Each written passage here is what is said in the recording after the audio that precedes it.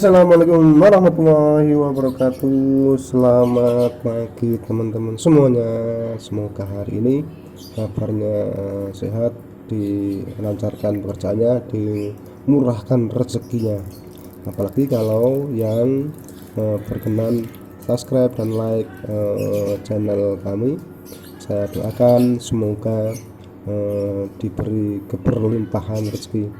Amin amin ya rabbal alamin. Oke teman-teman, kali ini saya akan berbagi tips dan cara bagaimana agar tanaman kita itu bisa subur, bisa hijau royo-royo, dan lebih penting lagi itu bisa tumbuh dengan cepat.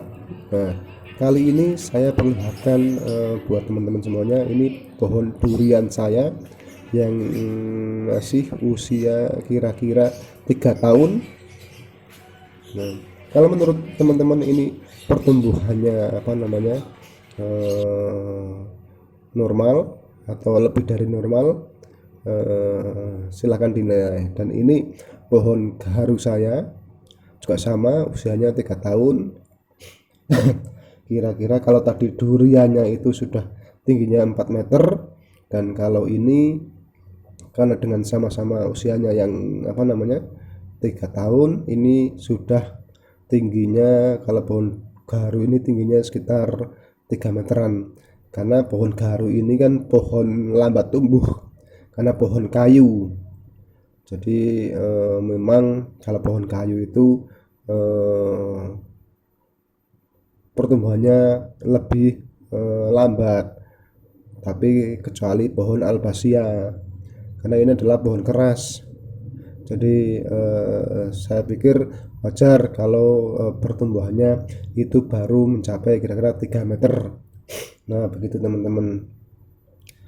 Nah, apa sih rahasianya agar tanaman kita itu bisa tumbuh dengan subur, bisa hijau royo-royo, dan juga bisa tumbuh dengan cepat? Nah, pertama yang harus diperhatikan adalah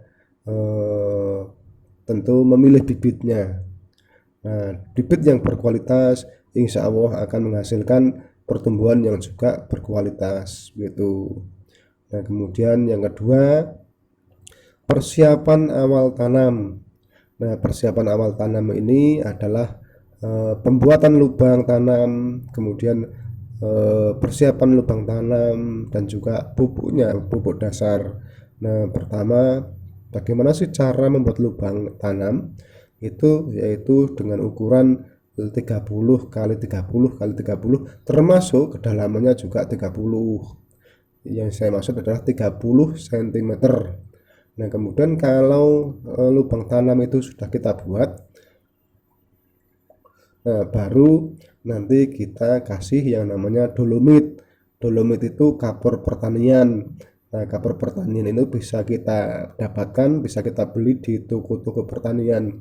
Harganya itu sangat murah sekali, tapi manfaatnya itu sangat besar sekali dan sangat berpengaruh terhadap atau menunjang pertumbuhan tanaman pada fase-fase awal.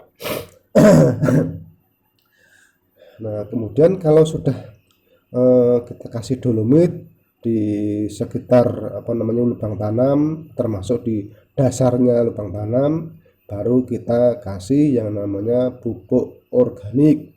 Nah, pupuk organik itu kita kasih itu kalau saya kasih dulu itu 3 ember. Nah, 3 ember itu baru nanti setelah pupuk kita kasih ke lubang tanam, baru kita timbun dengan tanah kira-kira itu 5 cm. Nah, setelah semua siap, kita biarkan itu 1 minggu dulu. Jadi jangan tergesa-gesa langsung kita tanam, untuk mengantisipasi kalau misalkan pupuk yang kita berikan untuk pupuk dasar itu masih panas atau masih ada kandungan amoniaknya, meskipun itu pupuk yang dikemas, yang kita beli di toko-toko pertanian. Tapi tidak ada salahnya kalau kita juga melakukan antisipasi.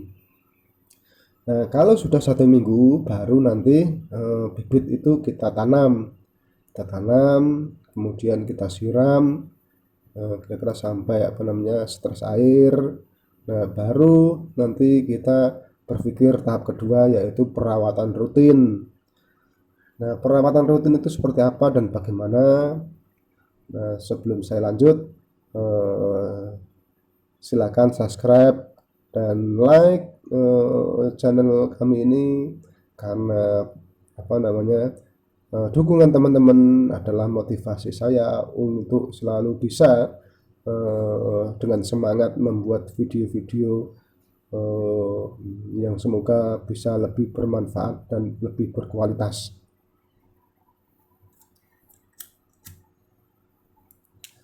Nah, oke teman-teman semuanya, kita lanjut. Nah, bagaimana sih perawatan rutinnya? Nah, apa dulu yang akan kita menjadi tujuan kita, yaitu apakah tumbuhan kita pengen subur, pengen cepat pertumbuhannya. Nah, kalau memang itu yang kita inginkan, yang pertama adalah kita coba bagaimana agar tanaman kita itu bisa subur. Subur itu ditandai dengan rimbunnya tanaman. Nah, tentu kalau tidak subur, tidak mungkin kalau tidak bisa tidak rimbun. Jadi rimbunnya tanaman itu identik dengan tingkat kesuburan. Nah, bagaimana caranya? Ya, pertama kita kasih yang namanya itu NPK. NPK itu ternyata ada dua, NPK yang untuk buah dan NPK yang untuk pertumbuhan batang atau tanaman. Jadi kita jangan salah pilih. Memang NPK buah dan daun itu sama bentuknya, sama-sama granul, atau sama-sama warnanya, kadang kan begitu. Nah, seperti NPK yang saya pakai ini NPK jenis Mutiara 16 karena saya sudah coba dengan NPK 16 ini sudah berkali-kali dan hasilnya memang efektif untuk pertumbuhan, tapi yaitu khusus NPK yang untuk pertumbuhan. Nah, kita kasih itu 2 minggu sekali. Jadi kalau 2 minggu sekali artinya 1 bulan 2 kali. Tapi selebihnya juga kita melihat pertumbuhan tanaman. Kalau memang sudah benar-benar itu subur dan kemudian juga sesuai dengan ekspektasi yang kita inginkan, ya kita kurangi frekuensi pemupukan dengan NPK, bisa 1 bulan sekali begitu. Nah, alangkah baiknya kita memberikan NPK Mutiara itu kita larutkan dulu. Baru kita siramkan di sekeliling pangkal batang gitu. Nah, kemudian yang kedua, kalau daun kita pengen subur, ya kita kasih yang namanya gandasil. Nah, gandasil ini ada gandasil A, gandasil D, gandasil buah dan gandasil daun. Nah, kalau kita fokusnya ke daun, biar hijau, kemudian rimbun, segar. Nah, kita kasih gandasil yang untuk daun, namanya gandasil D.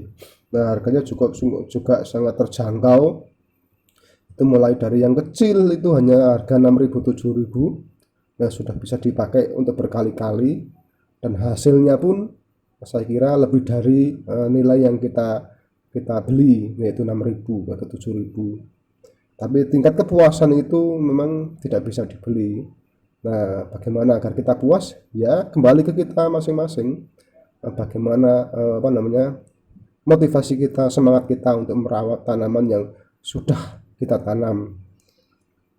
Karena hasil yang maksimal maka akan juga memberikan kepuasan tersendiri untuk kita. Nah, lalu bagaimana cara mengaplikasikan gandasil?